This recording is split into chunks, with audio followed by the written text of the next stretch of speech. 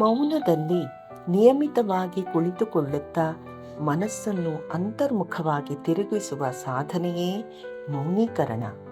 ಅಂದರೆ ಮಾತನಾಡದೇ ಇರುವುದಲ್ಲ, ಬದಲಿಗೆ ಮನಸ್ಸನ್ನು ಯೋಚನೆಗಳಿಂದ ಬಿಡುಗಡೆಗೊಳಿಸುವುದು.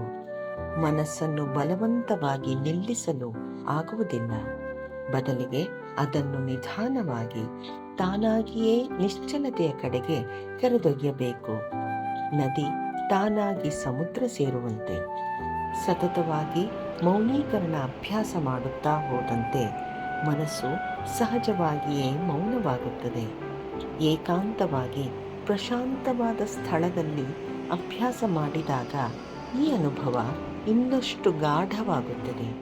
ಮೌನದ ತೀವ್ರತೆ ಹೆಚ್ಚಾದಂತೆ ಭಯ, ಆತಂಕ, ಆಸೆ, ನಿರೀಕ್ಷೆಗಳೆಲ್ಲ ನಿಧಾನವಾಗಿ ಕರಗತೊಡಗುತ್ತವೆ.